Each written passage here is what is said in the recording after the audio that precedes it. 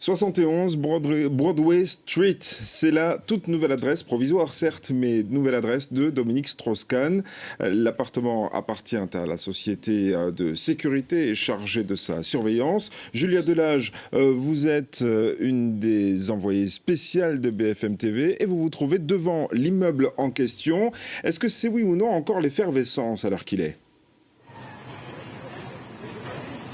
Alors écoutez, j'ai beaucoup de mal à vous entendre. Ce que je peux vous dire, c'est que les abords immédiats de ce 71 Broadway sont très touristiques et les gens passent et s'arrêtent finalement quelques instants pour demander aux photographes et caméramans très nombreux ici qui de si important peut bien se trouver dans cet immeuble. Alors à la réponse Dominique Strauss-Kahn, deux réactions typiques. D'abord de grands yeux écarquillés, on ne sait pas qui c'est.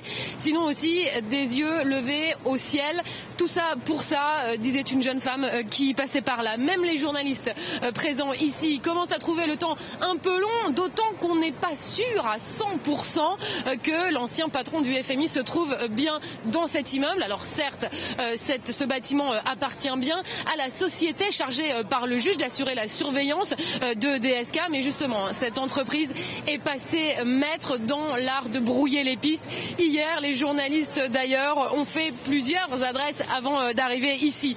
Et le jeu du chat et de la souris est loin d'être terminé parce que Dominique Strauss-Kahn devrait rester ici quelques jours et ensuite partir pour une destination inconnue, du moins pour l'instant.